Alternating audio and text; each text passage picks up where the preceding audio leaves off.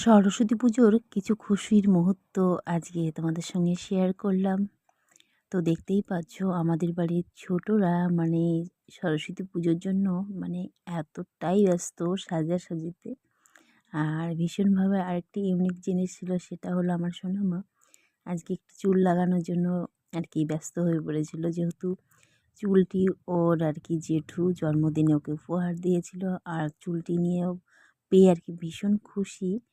তো অনেক দিন ধরে ওর ইচ্ছে ছিল যে শাড়ি পরার সঙ্গে সঙ্গে মাথার মধ্যে একটু এক্সট্রা চুল লাগাবে। তাই আমরা এই চুল নিয়ে একটু ব্যস্তই ছিলাম সকাল থেকে। তো সরস্বতী পুজোর আগে যে একটু সাজাসাজি ছোটদের সঙ্গে একটু সময় কাটানো, সেটি ছোট্ট ভিডিওর মাধ্যমে তোমাদের কাছে আজকে শেয়ার করলাম।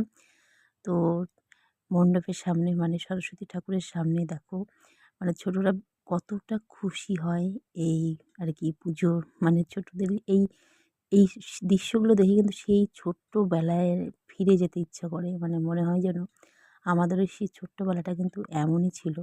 সরস্বতী পুজোর আগের থেকে আমরা কতটা খুশি থাকতাম যে কবে পুজো আসবে আর কবে আমরা এরকম শাড়ি পরে সাজবো, সকলে মিলে একটু গল্পগুজব করবো, একটু খুশির যে একটি মুহূর্ত।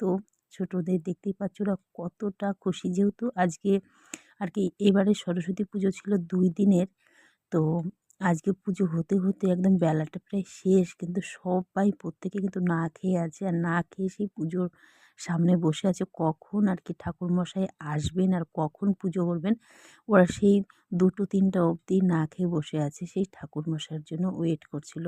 আর সেই কিছু সুন্দর মুহূর্ত আজকে তোমাদের সঙ্গে শেয়ার করলাম। আর ছোটরা কতটা খুশি ছিল দেখতেই পাচ্ছ। কি বলবো, খুশিতে বেশি খুশি হলে যা হয়। আর প্রত্যেকেই সবার মধ্যে সবাই কিন্তু ভীষণ হ্যাপি ছিল। আর সেই হ্যাপির কিছু মুহূর্ত তোমাদের সঙ্গে শেয়ার করলাম। তো দেখতেই পাচ্ছ প্রত্যেকটি বাচ্চা কতটা খুশি, আর কতটা কি বলবো, একসঙ্গে থাকলে যা হয় প্রত্যেকে মিলে। আর এদিকে পূজার জোগাড়যন্ত্র চলছিল। তো ভীষণভাবে খুশি ছিল। আর সেই খুশির কিছু মুহূর্ত আমি আজকে ক্যামেরাবন্দি করে তোমাদের সামনে তুলে ধরলাম।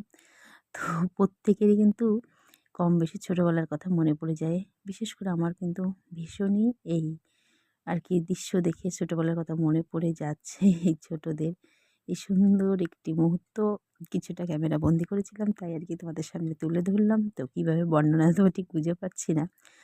এত সুন্দর দৃশ্য দেখে আমার নিজের কথা বলার যে একটা কী বলবো, একটু বর্ণনা যে দিব সেটাকেই ভাষা হারিয়ে ফেলছি।